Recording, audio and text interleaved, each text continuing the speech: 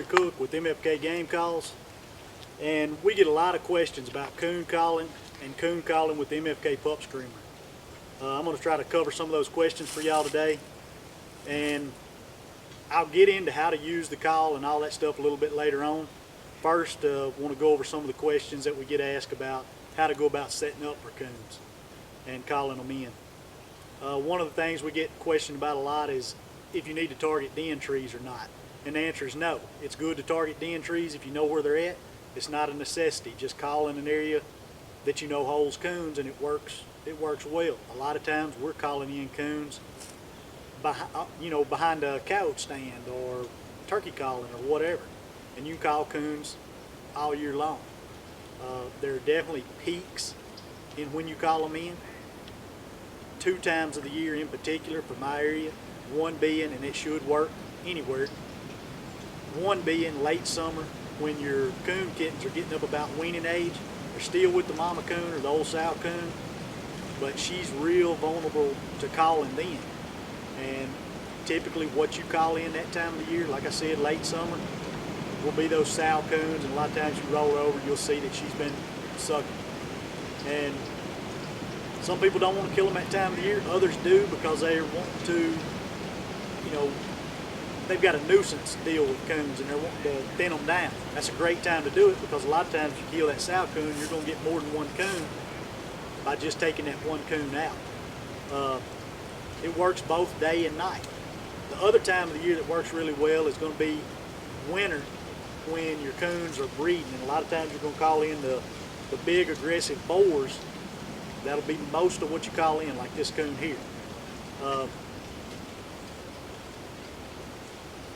That varies greatly from place to place, state to state across the country.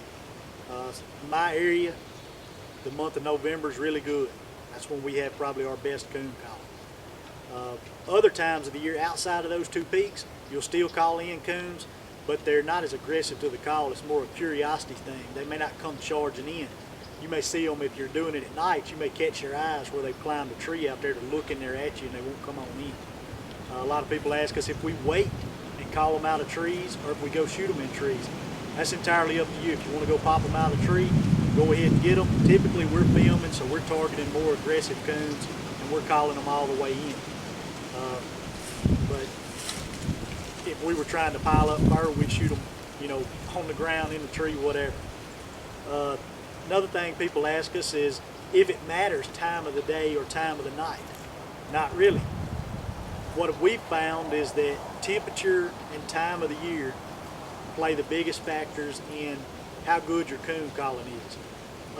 I've already mentioned the 2 times a year, and temperature during the winter time when it's really cold, coon calling doesn't seem to be very good.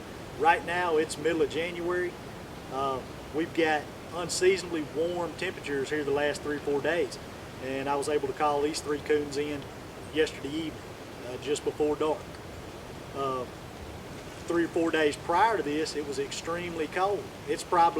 Right now it's probably in the mid-50s. Several days ago it was in the teens.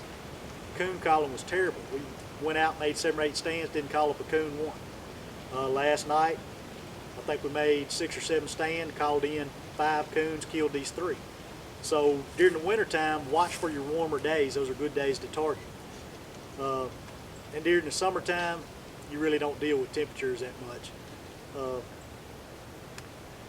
Some of the other things that we get questioned about is time on stand. How long do we sit there when we make a coon sit? Typically I'm not going to sit there more than 7 or 8 minutes when I'm calling coons, and then I move to another spot. I'll make more stands. Coons respond quick. They have a short attention span, and because of that, people ask us, well, how often do you call? You want to stay pretty continuous with your coon calling, more so than you would on a couch stand. You can get by with sitting there. A lot of times we may sit there a couple minutes on the couch stand without calling. With coons and gray fox, you got to keep their attention. You need to keep calling. You can take a break, catch your breath. You don't have to be sitting there huffing and puffing, but you want to stay on that call and keep that coon's interest peak. If you sit there for a second or 2 without calling, he'll lose interest, turn around and leave. A lot of times it's hard to call him back. And I guess getting on into using the call, the pup screamer diaphragm does 3 sounds really well. It does the coon distress that we've been talking about, gray fox, and little coyote pup. And when I say little coyote pup, it's a little higher pitched, and you can put some rasp in it that you don't typically hear when people are talking about coyotes and coyote pup or coyote distress in general. You can get a little higher pitch, and all 3 sounds are extremely effective on coons, fox, coyotes. First thing, I know a lot of people are brand new to diaphragms. They're wanting this call in particular strictly for the coons or the gray fox or whatever. So I'll start with taking it out of the box. When you get the call, it's going to be flat, straight, brand new, straight out of the box. First thing you want to do is make it fit your mouth like it needs to. Everybody's mouth is different, so that's going to vary from person to person. First thing you want to do is lay it on your thumb. This is the easiest way to do it. Just lay the call on your thumb. Your longest reed or your cut reeds go towards the roof of your mouth. They go up. The open end of the horseshoe goes out. Lay the call on your thumb. That metal frame is going to be on your thumb, and you're going to insert it in your mouth. Press it up. Press it up into your mouth. Not hard, but just enough to make it kind of curve to the shape of the roof of your mouth. Once you do that, and that's going to go about middle ways, just wherever feels comfortable, push it up. The next thing you want to do is check for fit with your tape. The tape is what seals, so be careful if you trim it. But the way I put my calls, and like I said, everybody's made different. Some people want their calls smaller, some people like a lot of tape. Just do this with caution, because if you trim too much and lose your seal, your call is ruined. But once you have it bent, bite down on the call. Just clamp your jaw teeth together. I bite just a very, probably 1/16, maybe 1/8 of an inch on each side of the tape. My teeth will bite when I clamp them together. Some people want it to where there's nothing between their teeth. But if you feel like you've got excess tape in there, you can trim it. And when I say trim it, I'm talking about take just a little bit off there and try it again. Try to make noise on it. Initially, just play with it straight out of the box if you've never used diaphragms before. If you have used them before and you know what size call, it's just like any other call you've ever used. Trim it to fit, you're good to go. Getting into the call. One thing you always want to do, this pup screamer is a 3-reed call. You always want your reeds separated. So when you get it, they'll be separated, but after you use it and it gets wet, your reeds will try to stick together. So the next time you go to use the call, to get the proper sound, you're going to need your reeds to be separated. Some people put stuff between the reeds so that they don't stick together while they're being stored.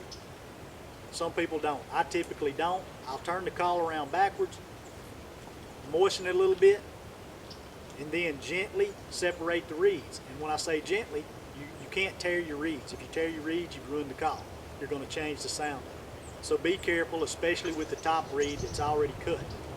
Separate your reeds, then you're ready to start calling. And another thing I'll mention while I'm thinking about it, storage. Storage of the call. Once you'll get a call can with your call, plastic call can. When you get it, you want to punch it full of holes so that call can breathe once you've used it, and that way it can dry out after you use it. It's not a bad idea to rinse it off in either water or mouthwash or something like that, because everybody has natural bacteria, yeast, stuff like that in their mouth. And if you put this call up wet and it gets warm in that plastic can, they'll mold and mildew. If that happens, you can wash it just like you would anything else, dishes or whatever.